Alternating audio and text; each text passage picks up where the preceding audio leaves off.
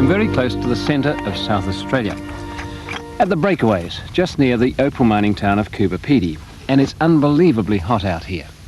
It's not hard to imagine how nice it would be to leap into the ocean and have a lovely cool swim. Trouble is, I'm about 100 million years too late, because out there, believe it or not, used to be a huge inland sea surrounded by lush forests. But to understand how and why and when, we really need to go back a lot further than 100 million years. We need to go back to when Australia first started to form. You see, that's a map of Australia's mainland as it is now. I've left Tasmania off because in the history of Australia's formation, Tasmania was a pretty recent event. But when Australia began to form, it didn't form in that shape. It was unrecognisable.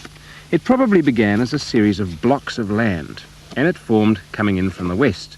There was the Yilgarn block, the Pilbara region, the Kimberleys. Up there was Arnhem Land growing on the Arnhem block, and down here, the Gawler block under South Australia, all beginning to form from the west, but probably not forming in those positions that those blocks hold today.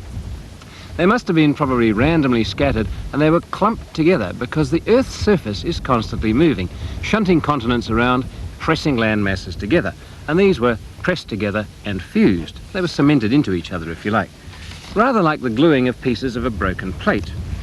So that as Australia grew from the west toward the east, they were joined, they formed a continuous landmass, but there were zones of weakness running through it, much like the glue lines in the plate. You know what happens, if you bend the plate, they can break. And with a continent, they can break with the lines of weakness going upward to form mountain chains, or downward to form seas. And that happened as these forces pressed upon Australia. So that in due course, along one of those lines of weakness, developed a great inland sea running across Australia. Well, water levels rose and fell according to the ice ages and other things, and from time to time, great areas of Australia were uplifted above sea level again. You can see Australia's almost complete here, with the eastern side yet to form. That was very late. But 100 million years ago, it had reverted to this. Again, large areas of land, but with massive areas of sea covering them. And the inland sea that ran across there had right in the middle of it the spot that was going to be Coober Pedy. Well, at that time, in these inland seas, there was a welter of life, and they were animals that we would have recognised today. Shells, squid, fish, all sorts of things, and a few which have since become extinct. But as you look around you, you can see the remains of the animals. And I'm sitting on one of those bundles of remains at the moment. All through this region are great grey mounds of stone, and they are just masses and masses of fossilised sea forms. I've spun a few out over here. There's a giant clam, you can see, like a very big cockle shell. These are small mussels. There isn't any shell left, but the silt packed inside those shells and cemented into this form that's clearly recognisable. And over here is a scallop shell. And there are all sorts of marine animals fossilised through here. Well, 20 miles away, they're mining opal. And as the miners dig their shafts down, they find not just fossilised animals, they find opalised fossilised animals. I'm about 10 metres underground, and the miners that came through here originally uncovered about here a large patch of these fossils. There are still a few here. If you look up at the ceiling, you can see a patch of fossil shells. Some have just left an imprint, but others are the opalised shells themselves. They've been left there for display. Most of them have been removed. Now, some of these discoveries are interesting rather than beautiful. You see, this is a fossil sponge. There's the cavity inside the sponge, there's the rest of it running around there, and the main part of it ran up through the rock there. That's opal, but it's got hardly any colour. It's just interesting as a museum piece. Others look like that on the outside, like this scallop shell. It's just dirty. Turn it round and you can see the colour within it. So that promises that there's good opal in there. And others you can see at a glance are going to be good. These are cockle shells, and you can see they're absolutely full of beautiful coloured opal. Some of them polish as they are. This tiny cockle shell has just been polished without cutting, and it makes a beautiful gemstone in its own right. Others are at their best when you cut them.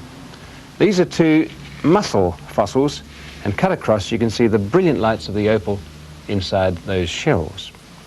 The same is true of that. That's a belemnite, the remains of an ancient squid that lived in the sea, and you can see that it's come up as opal too.